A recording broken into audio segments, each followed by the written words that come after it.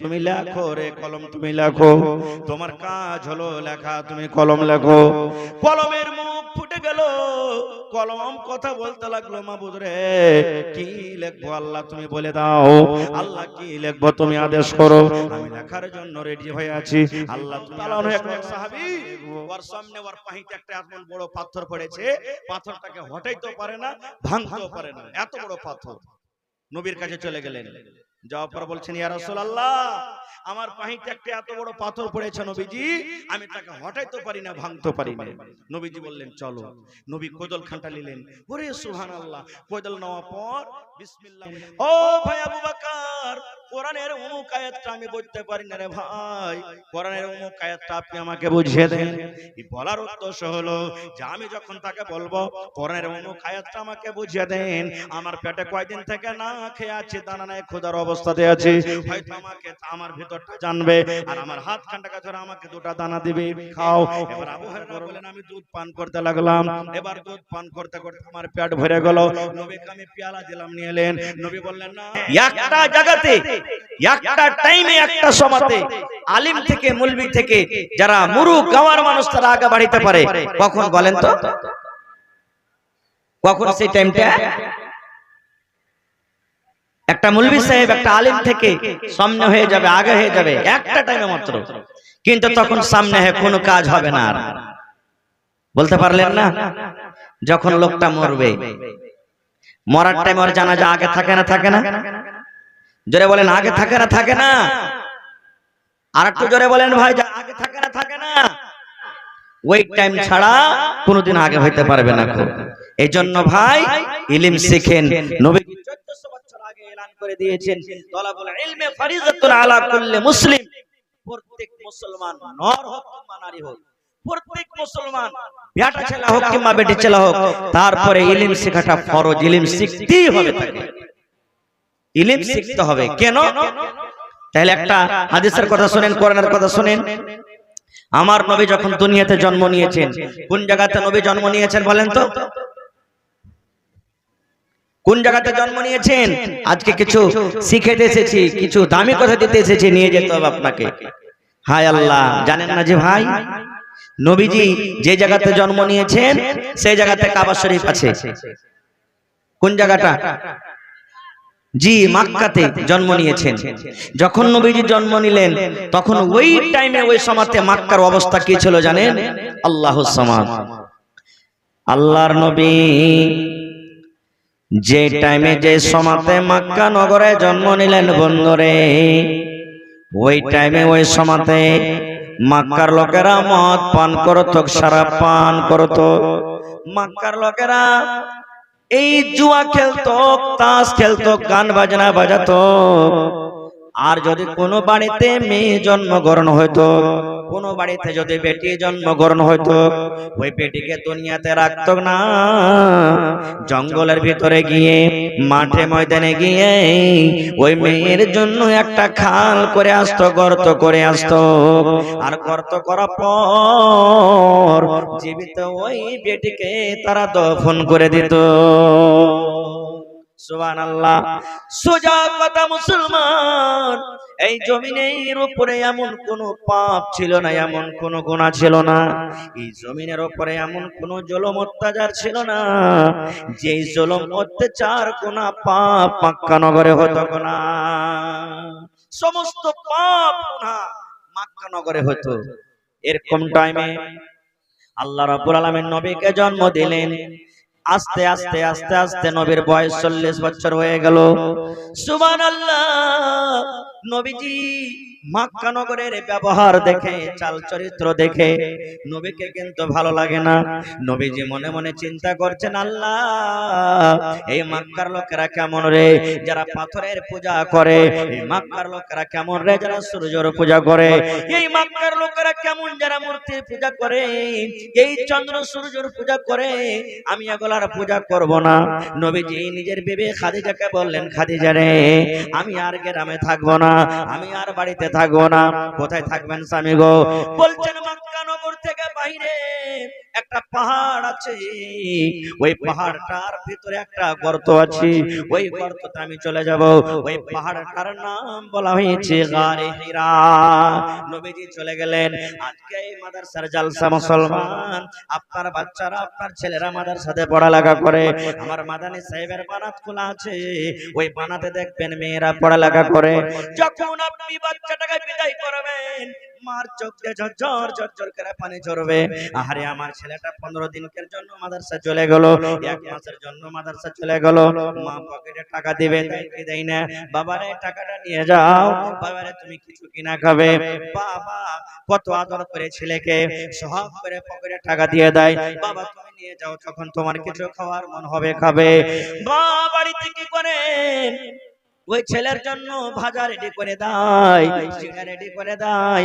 2 দিন 3 দিন 5 দিন 15 দিন 1 মাসের জন্য তাকে ডাল মুড় দিয়ে দেয়। বাবারে সকাল বেলাতে ফজরের নামাজের পর যখন তুমি ক্লাসে বসবে, তার আগে আগে তুমি নাস্তা করবে। এরকম ভাবে আমরা দিয়ে দিই।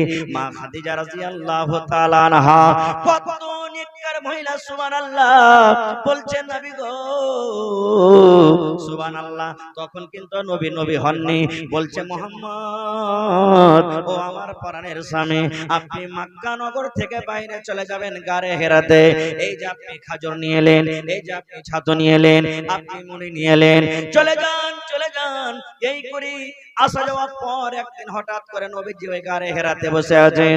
একটা গর্ততে খালি বসে আছে, ওখানে কোনো মানুষ নাই, ওখানে কোনো রকমের পাহারাদার নাই, ওখানে কোনো গা ঘর নাই। হঠাৎ করে একজন অপরিচিত মানুষ, যাকে কোনোদিন নবীজি দেখেননি, যার চেহারা কোনোদিন দেখেনি, হঠাৎ করে সেই দিন নবীজির বয়স কিন্তু 40 বছরকার, সেই লোকটা গারে হেরাতে চলে এলেন, গর্ততে চলে এলেন। আসার নবীকে বলছেন আসসালামু আলাইকুম ইয়া মুহাম্মদ। নবীকে সালাম দিয়ে দিলেন।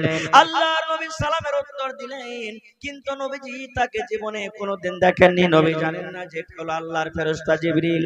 ফেরেশতা মানুষের রূপে এসেছেন।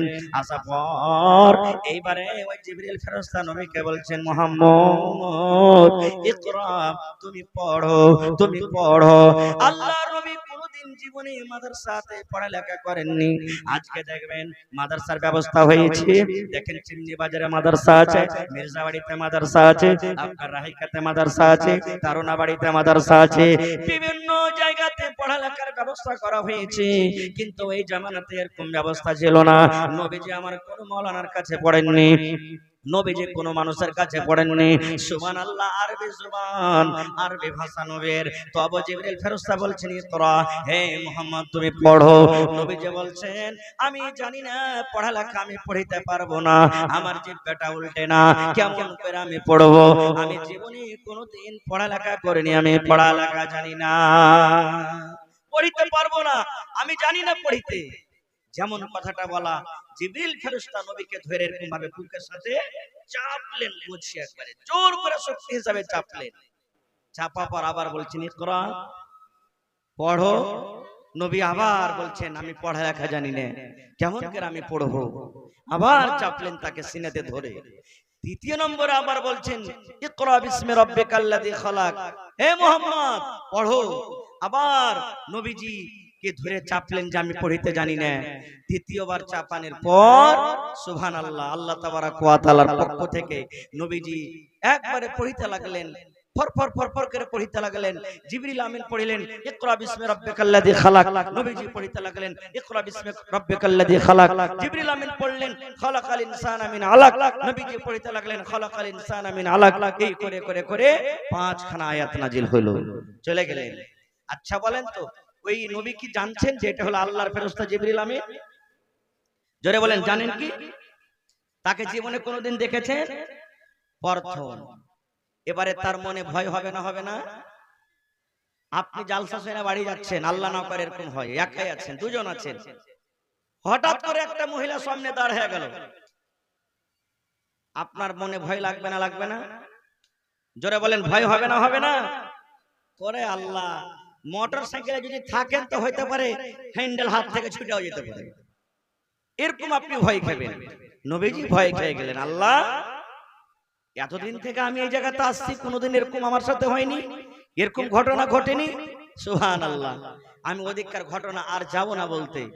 মেন আমার বলার উদ্দেশ্য হলো এই যে মক্কা নগরে চুরি হতো নাকি, মক্কা নগরে মদ পান করত, মক্কা নগরে আল্লাহর পূজা করত না, মক্কা নগরে নিজের মেয়েকে কন্যাকে জমিনে দফন করত। কিন্তু আল্লাহ তাবারাক ওয়া তাআলা নবীকে প্রথমে এই কথাটা বললেন না, হে নবী যাও, আর যাওয়ার পর তুমি দ্বীনের কাজ করো, তাবলীগের কাজ করো, যে তোমরা মেয়েকে খবরদার জমিনে দফন করিও না, তোমরা মদ পান করিও না, তোমরা আল্লাহর পূজা করো, অন্য আল্লাহ ছাড়া কাউরে পূজা করিও না। এই কথাটা নবীকে না বলে নবীকে আল্লাহ বলছেন ইকরা, তুমি পড়ো। ব্যাপারটা উল্টা লাগে না? বলেন ব্যাপারটা উল্টা লাগে না?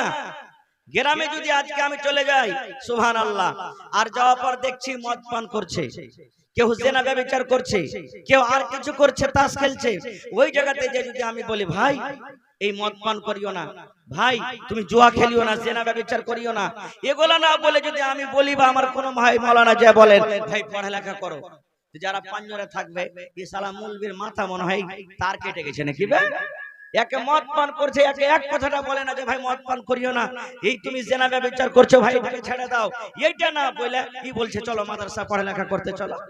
কথাটা কেমন? বন্ধুরে আমার, এই জন্য আল্লাহ রাব্বুল আমিন পড়ার কথা বললেন।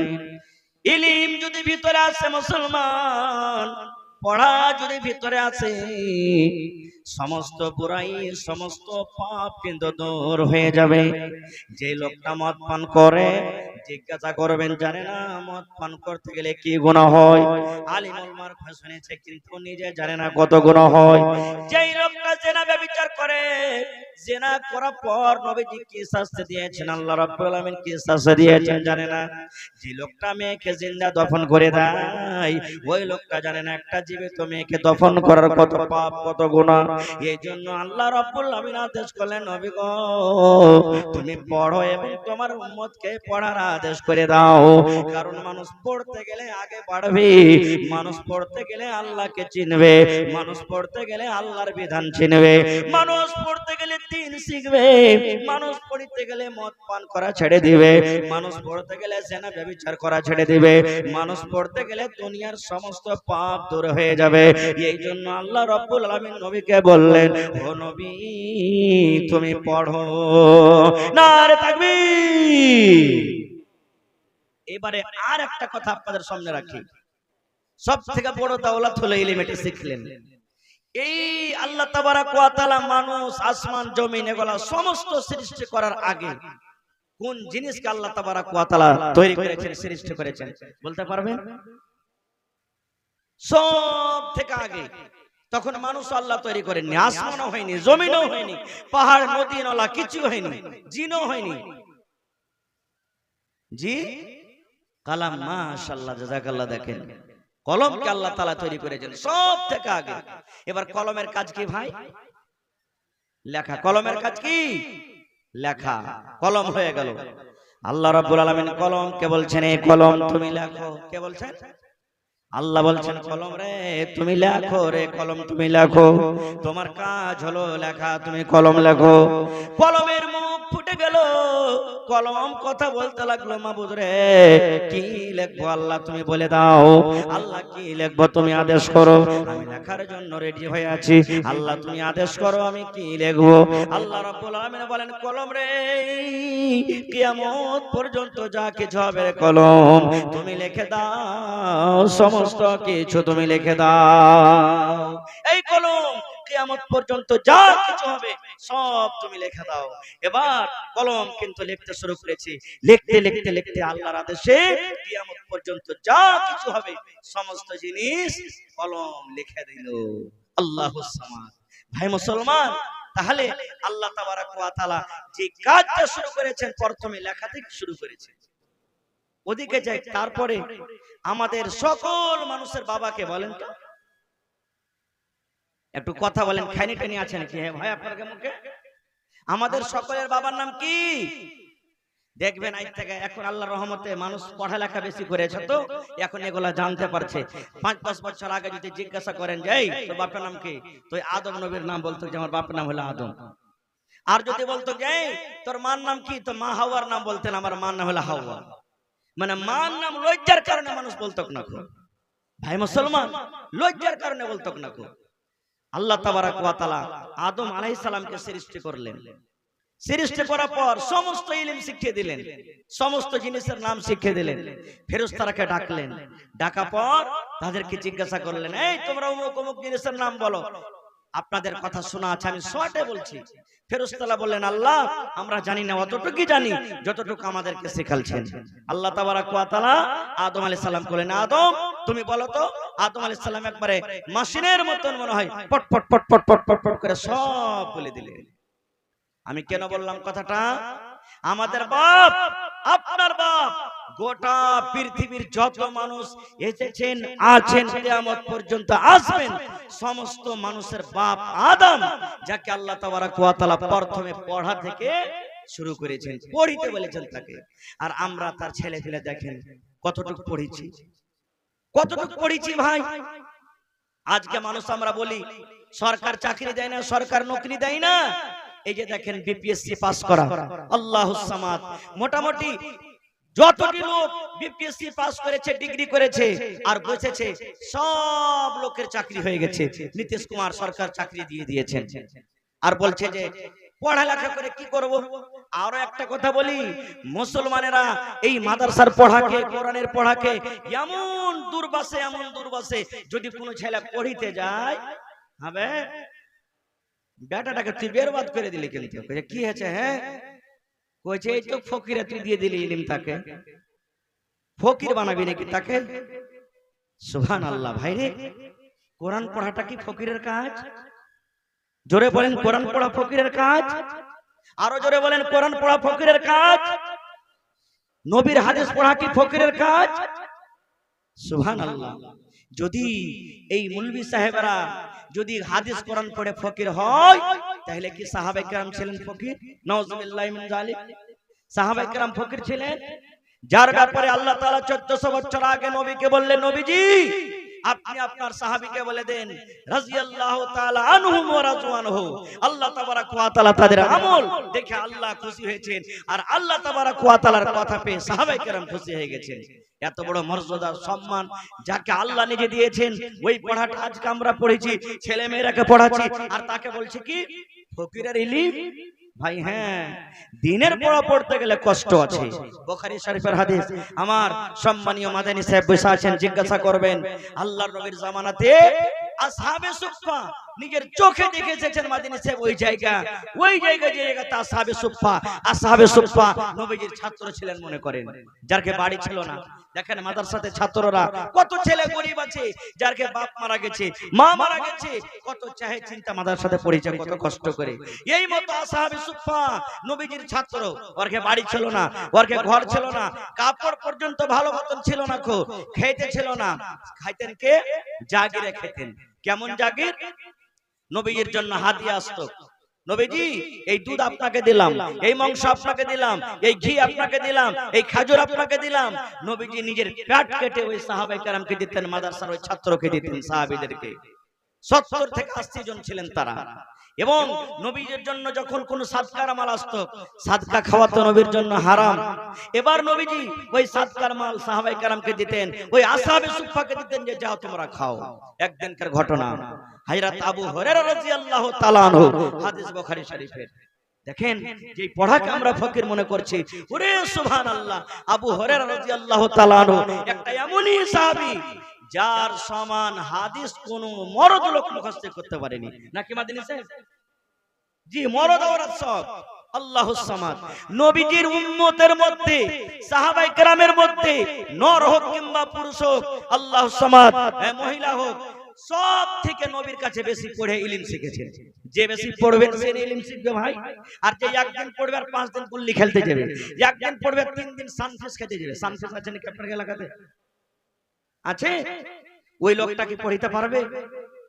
একদিনকার খবর, বুখারী শরীফের হাদিস, আবু হুরায়রা রাদিয়াল্লাহু তাআলা আনহু বলছেন, আমি নবীর ছাত্র, নবীর কাছে পড়ালেখা শিখতে এসেছি, কিছু নাই পেটে খেতে, কিছুই নাই খেতে, কার কাছে চাইতে যাব, কে খেতে দিবে?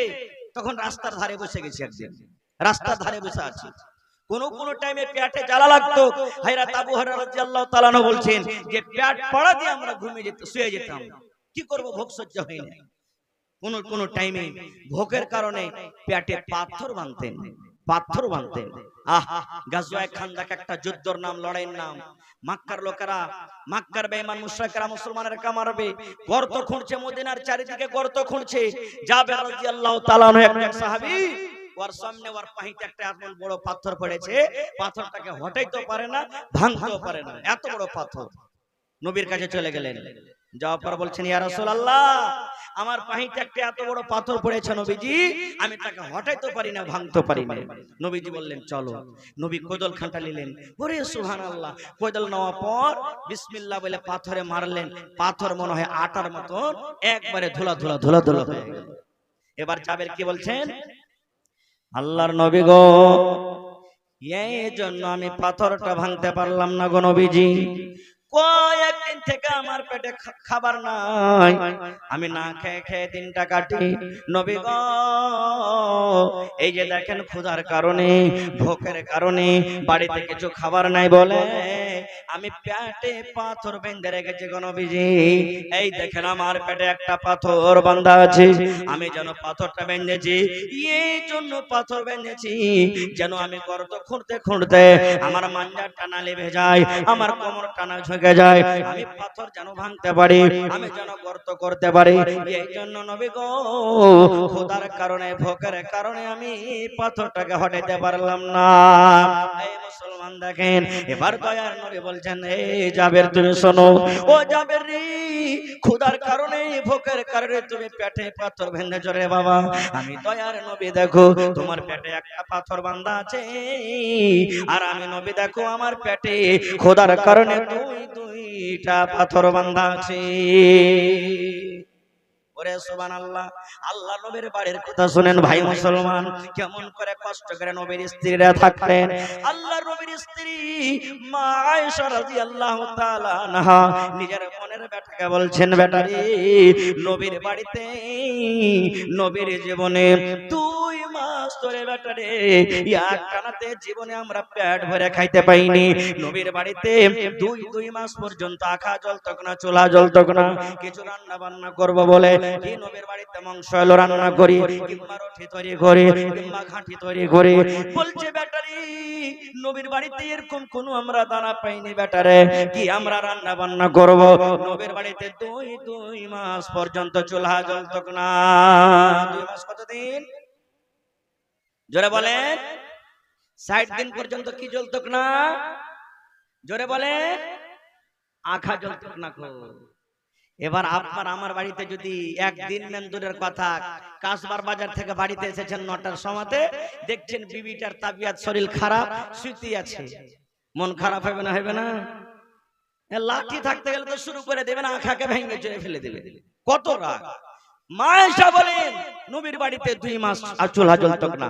তখন মা আয়েশা বলেন, আমার বোনের বেটা আমাকে প্রশ্ন করছেন, হাগে খালা, কি খেয়ে দিন কাটতে গিয়ে খালা 2 মাস যদি চুলা না জ্বলেতে কি খাতি? মা আয়েশা বলেন, বেটারে,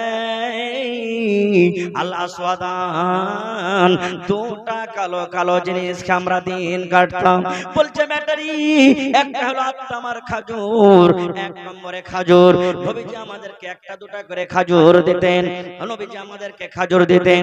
বাচ্চারা যেমন চকলেট চুষে চকলেট খায়, এই মতো চুষে চুষে আমরা খাজুরটা খাইতাম।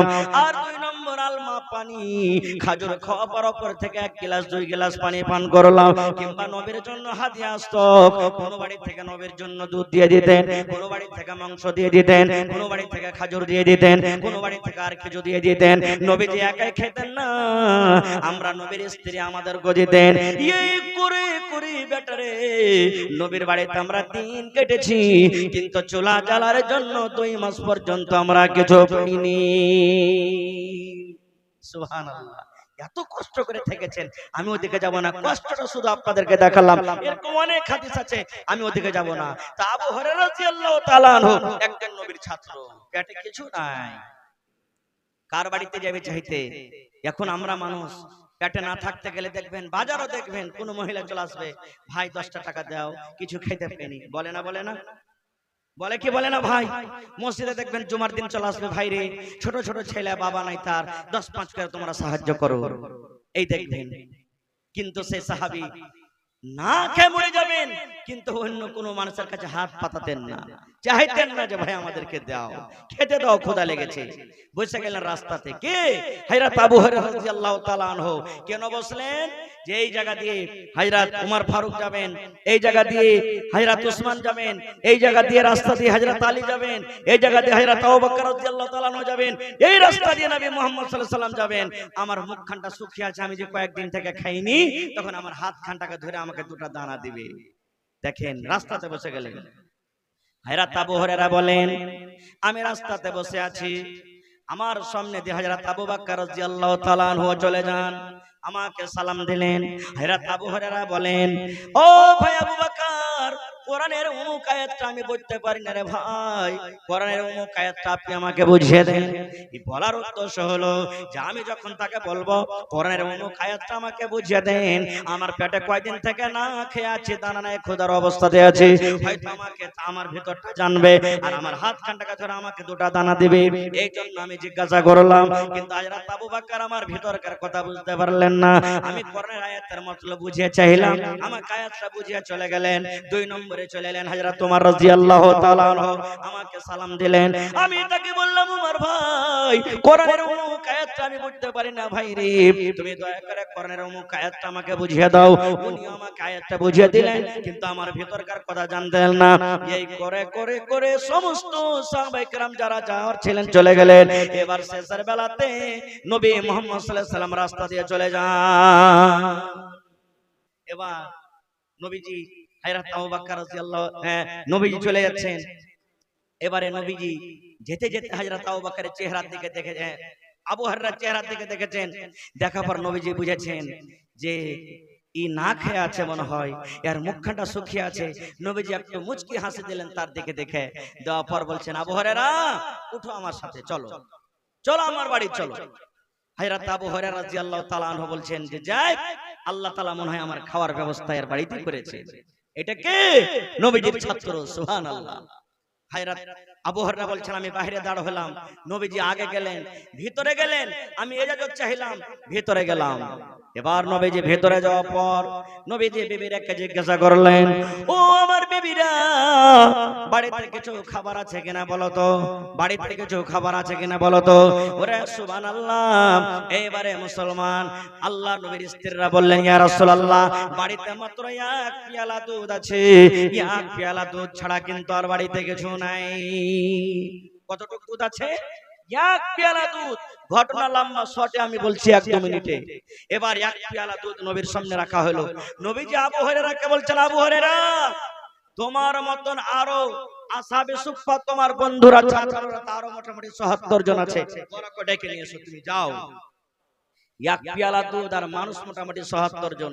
আবু হুরায়রা রাদিয়াল্লাহু তাআলা আনহু বলছেন, আল্লাহ, আমি ভাবলাম যে নবীজি এই দুধের পেয়ালা আমাকে দিয়ে আমি পেট ভরে দুধ পান করব, কিন্তু নবীজি বলছেন যে ওরা কো ডেকে নিয়ে এসো, তো ভাগ কতখান করে পাবো? 1 ফোঁটা করে হয়তো ভাগ পাবো, কারণ আমাকে তো নবী বলবেন যে তুমি তাদের খেদমত করে দাও, সবকে দুধ পান করিয়ে দাও। এবার সবারই খাওয়া পর বাঁচলে আমি পাবো, কি করব? নবীর কথা তো ইনকার করতে পারি না। আমি চলে গেলাম ডাকতে, সকলকে ডাকলাম, নবীর বাড়িতে চলে গেলাম, এটা যে চাইলাম বসতে দিলেন। এবার নবীজি বলছেন, আবু হুরায়রা, এই দুধের পেয়ালা নিয়ে তুমি বিসমিল্লাহ বলে সব লোকেরাকে এক দিক থেকে তুমি দুধ পান করে তোলাবে। দুধ পান করালেন, একজন হয়ে গেল, পেট ভরে দুধ পান করলেন। দ্বিতীয় নম্বরকে বাড়িয়ে দিলেন, উনিও পেট ভরে দুধ পান করলেন, আবার আগে বাড়িয়ে দিলেন, দুধ পান করলেন, আগে বাড়িয়ে দিলেন। এই করে করে করে সুবহানাল্লাহ, মোটামুটি ৭০ থেকে ৮০ জন নবীর ছাত্র ছিলেন। সমস্ত সাহাবায়ে কেরাম দুধ পান করলেন। এবার সমস্ত সাহাবায়ে কেরাম পেট ভরে দুধ পান করলেন, পেট ভর্তি করে দুধ পান করলেন। শেষের বেলাতে নবীজি বলছেন, আবু হুরায়রা দুধ আছে কি আর? এবার আবু হুরায়রা বলছেন, ইয়া রাসূলুল্লাহ, যতটুকু পেয়ালাতে দুধ থাকার নবী গো, কতটুক পেয়ালা কিন্তু এখনো দুধ আছে, ঘমে যায়নি। নবীজি বললেন এবার তুমি খাও, এ আবু হুরায়রা তুমি খাও। এবার আবু হুরায়রা বলেন আমি দুধ পান করতে লাগলাম। এবার দুধ পান করতে করতে আমার পেট ভরে গেল। নবীকে আমি পেয়ালা দিলাম, নিয়ে এলেন। নবী বললেন না না, এখনো তোমাকে দুধ পান করতে হবে, আবু হুরায়রা তুমি আরো দুধ পান করো। আবার আমি দ্বিতীয়বার দুধ পান করলাম। আবার নবীর দিকে পেয়ালাটা আমি বাড়িয়ে দিলাম। আল্লাহ রাসূল বলেন আবু হুরায়রা এখনো তুমি দুধ পান করো, আরো দুধ পান করো। এই করে করে আমি নবী আমাকে বলতে আছেন আমি পান করতে আছি। শেষের বেলাতে বলছেন আবু হুরায়রা তুমি আরো দুধ পান করো। এবার আবু হুরায়রা বলছেন ইয়া রাসূলুল্লাহ না, আর পারবো না নবী গো, আর আমার শক্তি নেই, আমার পেটে জায়গা নাই, আমার পেটটা ফুল হয়ে গেছে, আর আমি দুধ পান করতে পারবো না। এবার আবু হুরায়রা বলেন আল্লাহর নবী আমার দিকে একটু মুচকি হাসি দিয়ে দিলেন। দেওয়ার পর বললেন এবার আমাকে পেয়ালা দাও। এবার পেয়ালাটা আমি নবীর হাতে দিয়ে দিলাম। এবার দয়ার নবী ওই দুধ পান করলেন। এখানে কয়েকটা কথা আমরা বুঝতে পারলাম। 70-80 জন সাহাবায়ে কেরাম গিলাসে গিলাসে ঢেলে দিলেন না একটা পেয়ালায় সব দুধ পান করলেন? জোরে বলেন। একটা পেয়ালাতে দুধ পান করলেন। তাহলে বোঝা গেল যে মুসলমানের ঝোঁটা কোনোদিন নাপাক হয় না। একটা গ্লাস রাখা আছে, দেখবেন কত বিয়া শাদীতে যাবেন, মিটিং এ যাবেন, ও রবারের গ্লাস না থাকে, প্লাস্টিকের গ্লাস না থাকে, একটা লোক পানি খাবে, গ্লাসটা ধুবে, ফের আরেকটা লোককে বাড়িয়ে দেবে, গ্লাস ধুবে আরেকটা লোককে বাড়িয়ে দেবে, চা খাবে ধুবে, তারপর আরেকটা লোককে বাড়িয়ে দেবে। জি না, দরকার নেই, জরুরি নয়। হ্যাঁ আছে মাল দিয়ে দেন, আলাদা কথা, কিন্তু একটাই আছে ধোয়ার দরকার নাই, দিয়ে যান। কারণ সাহাবায়ে কেরাম এই কথাটা বলেননি আরে ভাই ওর কাঞ্জিরা ওর ঝুটটা আমি খাবো না, আমাকে তুমি অন্য বর্তন দাও। নবীজি নিজে শেষের বেলাতে খেলেন। 70-80 জন দুধ পান করার পর নবীজি নিজে খেলেন। সুবহানাল্লাহ। ভাইরে কেমন সাহাবায়ে কেরাম ছিলেন তারা, যে দিনের জন্য, ইলমের জন্য, পড়ার জন্য, নবীর কথা শিখবো বলে তারা নিজের বাড়ি ঘরকে ত্যাগ করে নিজের পেটে কষ্ট দিয়ে তারা ইলম শিখেছেন। যার কারণে সেই কথা পড়ে লিখে আজকে আপনাদের সামনে আমরা বয়ান করতে পারছি। ভাই মুসলমান, এই জন্য ইলম শিখতে হবে। বিনা ইলমে মানুষের জীবন আধুরা। কোনদিন আপনি সাকসেস হতে পারবেন না, কামিয়াব হতে পারবেন না, জীবনে কামিয়াব হতে পারবেন না যতক্ষণ পর্যন্ত আপনি ইলম না শিখবেন। ভাইরে এই জন্য আজকে মাদ্রাসার জালসাটা হলো এই ইলমের জন্য, যেখানে ছোট ছোট মাসুম ছেলেরা, বাচ্চারা ইলম শিখছে, ছোট ছোট মেয়েরা ইলম শিখছে। তবে ভাই মাদ্রাসাটা কি এমনি চলবে? চলবে না। মাদ্রাসা চালাইতে গেলে টাকার দরকার আছে। আজকে দেখেন এই পিন্ডালের ভিতরে হেলোজেন লাগা আছে, এই পিন্ডালের ভিতরে মার্কারি জ্বলা আছে, তো এই মার্কারি আলো হচ্ছে, জার্নিটার চলছে, চলছে কি চলে না? জার্নিটার তাকে লাইন দিচ্ছে নাকি? এবার জার্নিটার তেলে চলছে না পানিতে? জোরে বলেন। তেলে চলছে, বিনা তেলে আলো হবে না, জার্নিটার চলবে না। এই মাদ্রাসা হলো কি জার্নিটার, মাদ্রাসা হলো জার্নিটার, আর মাদ্রাসার ছাত্র যারা পড়ালেখা করছে এরা হলো লাইট। তবে বিনা জার্নিটার তেলে, জার্নিটার তেল না ঢালতে গেলে যেমন জার্নিটার চালু হবে না আর মার্কারি জ্বলবে না, এই মতো আপনার বিনা সাহায্যতে মাদ্রাসা কোনোদিন চলবে না। ভাই ভাইরে 1 টাকা দিবেন, 5 টাকা দিবেন, আপনার দান নিয়ে নেব। দেখে মাদ্রাসার জন্য, কোরআনের জন্য, কোরআনের খাতিরে, কোরআনের প্রতি মহব্বত ভালোবাসা কার আছে? আল্লাহ এবং আল্লাহর রাসূলকে কে ভালোবাসেন? সাহাবায়ে কেরামের প্রতি মহব্বত ভালোবাসা কার আছে? দেখি একটা লোক 10,000 টাকা দান করতে পারবেন? দেখি কোন এমন লোক আছেন 1000 ইট কিংবা 1000 ইটের দাম দান করতে পারবেন? কারণ মাদ্রাসাতে ঘর দেখলাম টিনের ঘর, সমস্ত ঘর, এখনো বিল্ডিং পাকা হয়নি। আমার আপনার ছেলেরা কত আরামে বাড়িতে শুচ্ছে, আর ছোট ছোট মাসুম বাচ্চারা দেখেন মাটির উপরে তারা পড়ালেখা করছে, টিনের ঘরে তারা পড়ালেখা করছে। সেই টিনটা বিল্ডিং করতে হবে, পাকা করতে হবে। দেখি একটা লোক কেমন আছেন 10,000 টাকা দান করবেন কিংবা 1000 ইটের দাম দান করবেন। দেখি কোন আল্লাহর বান্দা এমন আছে 1 কুইন্টাল রডের দাম কিংবা 1 কুইন্টাল রড দান করবেন। দেখি কোন আল্লাহর বান্দা আছেন 100 সেফটি বালুর দাম কিংবা 100 সেফটি বালু টিনে পৌঁছে দিবেন। দেখি তারপরে 30 জন আল্লাহওয়ালাকে দেখবো 1000, 2000, 5000 এই করে করে 30 পারা কোরআনের দাম। 30 পারা কোরআন আছে না ভাই? পারা কোরআন আছে ভাই? 30 পারা কোরআন আছে। সুবহানাল্লাহ। গত রাতে লাভাতে আমার প্রোগ্রাম ছিল, আল্লাহুস সামাদ। 30 জন ভাইয়ের কাছে আমি 1000 করে 2000 করে চাইলাম, মোটামুটি 50 পার করে গেছে। আল্লাহুস সামাদ। আজকে দেখি আমার এই অঞ্চলে এলাকাতে প্রথমে কোন বীর মুজাহিদ আছেন, কোরআনের প্রতি মহব্বত ভালোবাসা দেখিয়ে 1000 টাকা প্রথমে দান করবেন, এবং কমিটির লোককে বলবো মা খালাদের পিন্ডালে চাদর দিয়ে পাঠিয়ে দেন। আর মায়েরা খালারকে বলবো আপনাদের পিন্ডালে চাদর যদি ঘুরে তো চাদরে আপনারা মন দিয়ে গলার হার, নাকের, কানের, পায়ের আর টাকা পয়সা যার যতটুকু শক্তি আছে শক্তি হিসাবে দান করবেন। সুবহানাল্লাহ।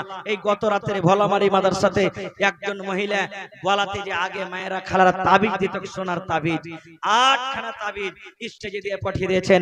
মাওলানা একটু আমার জন্য দোয়া করে দেন। এই গলা থেকে 8 খানা তাবিজ আমি এই মাদ্রাসার জন্য দান করে দিলাম।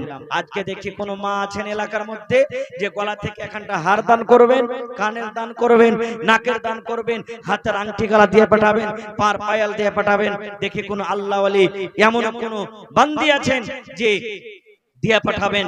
আচ্ছা তো ভাই, প্রথমে 10,000 টাকা কোন আল্লাহওয়ালা, 2 নম্বরে 5,000 টাকা, এবারে 30টা কলম 1000 2000 1000 2000 করে করে আপনার কাছে আবদার রাখলাম। মাশাআল্লাহ। এ আমার নানা, মাশাআল্লাহ। এই দেখেন ফেসবুকে কয়েকদিন হলো আমি দেখলাম, মনে হয় এই সিজনের প্রথম 2-4 দিন হলো শুরু হয়েছে কাজ নাকি। আল্লাহুস সামাদ। মাদানী সাহেবকে দেখলাম, আমার ভাই নুরুল হক সাহেবকে দেখলাম, যে আমান ইট ভাট্টা মনে হয় নাকি। এই দেখেন আমান ইট ভাট্টার মালিক হলেন আমার ভাই নুরুল ইসলাম সাহেব। এই মাদ্রাসার জন্য 1000 ইট দান করলেন। আরো নেবেন নাকি? জি 1000 তো চেয়েছি। জি জি জি, মানে সব জায়গাতে লাগছে ওরাকে তো। হ্যাঁ, সব জায়গাতে লাগছে। তো আমার ভাই নুরুল ইসলাম সাহেব, নুরুল হক সাহেব 1000 ইট দান করবেন এই মাদ্রাসাতে। নারে তাকবীর, মাশাআল্লাহ। এ ভাই দেখি 2 নম্বরে 1000 ইট কিংবা 10,000 টাকা দেনেওয়ালা কে আছেন, এবং 5,000 টাকার একটা কলম কে আছেন? 30 জন বান্দা, 30 জন ভাই, মা, খালা, দাদা কে দেখবো 1000 1000 1000 করে আসেন। তো প্রথম কে আছেন? মাশাআল্লাহ। এই দেখেন আমার একজন নানা জান, 1 2 3 4 5 কি নাম? এই দেখেন আব্দুল মান্নান সাহেব, এক পারা কোরআনের দাম 1000 টাকা দিলেন। আর আমার মামু উসমান গানি সাহেব, আল্লাহুস সামাদ, 1000 টাকা দিলেন। মামু তো আরো পারবে দিতে লাগছে নাকি? পারবে দিতে না? तो मास्टर शाहनवाज बाजी उस्मान साहेब जहाँ कहीं पर हो अख्तर से के दो 5000 टका आपका आए। मास्टर शाहनवाज तनवीर का लड़का वो स्टेज पर आए। আমার এই দেখেন মামা জান উসমান সাহেব 1000 দিয়েছেন, ইনশাআল্লাহ 4000 টাকা পুরো করে দিবে নাকি মামু? কিছু আপনার আর 1000 দিয়ে দিবেন মাশাআল্লাহ। নারে তাকবীর, আল্লাহুস সামাদ। এই দেখেন জি 5000 আমি বলেছি, বলছেন 1000 আর দিয়ে দিয়ে জি, তো 2000 টাকা হলো 3 পারা কোরআনের দাম হয়ে গেল ভাই, মাশাআল্লাহ জাযাকাল্লাহ। এই দেখেন আমার মামা জান উসমান গানি 2 পারা কোরআনের দাম, আর এই দেখেন আমার নানা জান আব্দুল মান্নান সাহেব 1 পারা কোরআনের দাম 1000 টাকা দিয়ে দিলেন মাশাআল্লাহ। তাহলে 30 এ 3 ঘটা গেল, বাঁচলো 27, ইনশাআল্লাহ পুরা হয়ে যাবে। কার নসিব আছে ভাই, কার কোরআনের প্রতি মহব্বত ভালোবাসা আছে? আজ আমি দেখতে চাই যে কোরআনকে কে ভালোবাসেন। মাশাআল্লাহ জাযাকাল্লাহ। এটা কে দিলেন আপনার? মাশাআল্লাহ। কি আপনার নাম? আজমাল ভাই আমার 1 পারা কোরআনের দাম 1000 টাকা দান করলেন। তাহলে 4 নম্বর কলম হয়ে গেল ভাই, আর মাত্র 26টা কলম আছে। দেখি ভাই কোন আল্লাহ ওয়ালা আছেন। মাশাআল্লাহ জাযাকাল্লাহ। রব্বানা যালামনা আনফুসানা ওয়া ইল্লাম তাগফির লানা ওয়া তারহামনা লানাকুনান্না মিনাল খাসিরিন। রব্বানা আতিনা ফিদ দুনিয়া হাসানা ওয়া ফিল আখিরাতি হাসানাতাও ওয়া কিনা আযাবান নার। হে রব্বুল আলামিন, নুরুল হক সাহেব 1000 ইট দান করে দিলেন আল্লাহ এই মাদ্রাসাতে তোমার কোরআনের জন্য। আল্লাহ আব্দুল মান্নান সাহেব 1000 টাকা দান করলেন, আল্লাহ উসমান গানি সাহেব 2000 টাকা দান করলেন, আল্লাহ আজমাল সাহেব 1000 টাকা দান করলেন। আল্লাহ তোমার কোরআনের প্রতি মহব্বত ভালোবাসা দেখিয়েছেন, আল্লাহ তারকে দান তুমি কবুল করে নাও, মনের আশা আল্লাহ পুরা করো, রোজা রোজগারি আল্লাহ বরকত দাও, কামাই তামাই আল্লাহ বরকত দাও।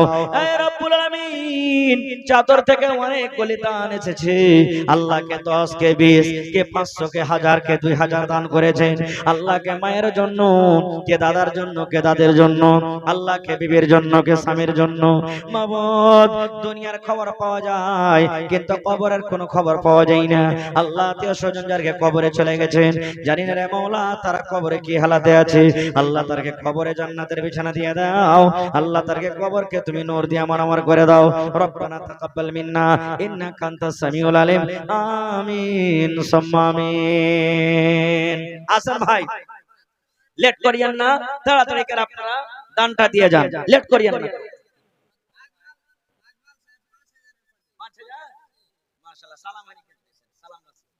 মাশাআল্লাহ। এই দেখেন আমার ভাই আজমাল সাহেব 1000 দিয়েছেন, কিন্তু খায়রুল ভাই বলছেন যে 5000 টাকা দিতে পারবে ইনশাআল্লাহ। হিম্মতে বান্দা মাদাদে খোদা। আল্লাহ বলছেন লা ইন শাকারতুম লা আযিদান্নাকুম, বান্দা আমার শুকরিয়া আদায় করো আমি আল্লাহর রাসূল। আচ্ছা যা পারবেন তখন ওরাকে দিবেন। আমি যখন এসেছি 5000 টাকার একটা দান চেয়েছি কিন্তু দেখতে পাইনি। জি জি ইনশাআল্লাহ পুরা হবে। লেখেন জি। আচ্ছা ওর কাছে যা পারবেন দিয়ে দিবেন, নগদ করে দেন তাহলে। জি জি।